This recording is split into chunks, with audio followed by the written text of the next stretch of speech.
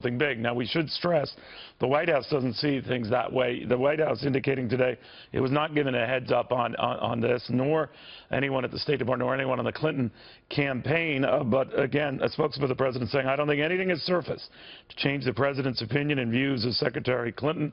That was en route, the president en route to Orlando to speak on her behalf, Hillary Clinton's behalf, at a campaign event. RNC Chairman Reince Priebus with us right now. They're saying no big deal. Reince, you're saying what?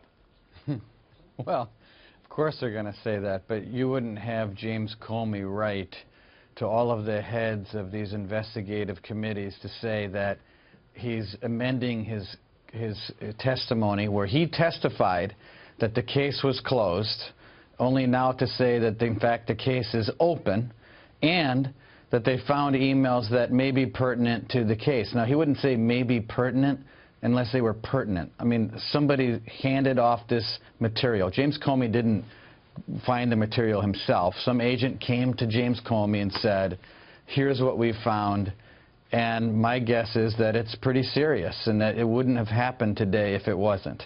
Well, a lot of these emails came in relation to a separate case involving Anthony Weiner and the sexting charges against him with an underage woman. So maybe as part of that, he just reviewed them and said, well, before I write off unequivocally, I'm now made aware of these other, to your point, pertinent emails. So it might not be a big matter, but the fact that he is giving them a heads up, you say, makes it a big matter.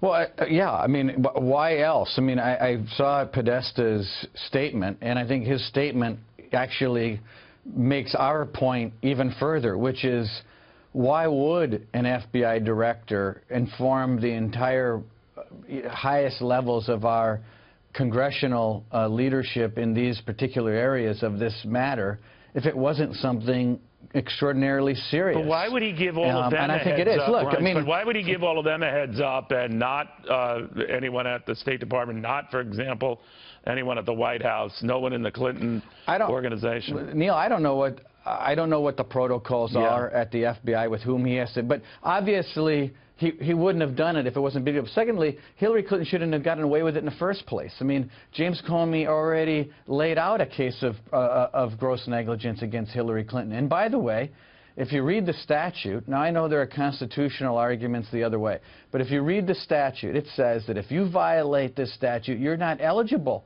to hold federal office in this country. It's one of the penalties for violating the concept of giving away state secrets. What he was saying was, you know, any of these security briefings that presidential candidates, I guess, get every couple of weeks, she shouldn't be getting them. That she is.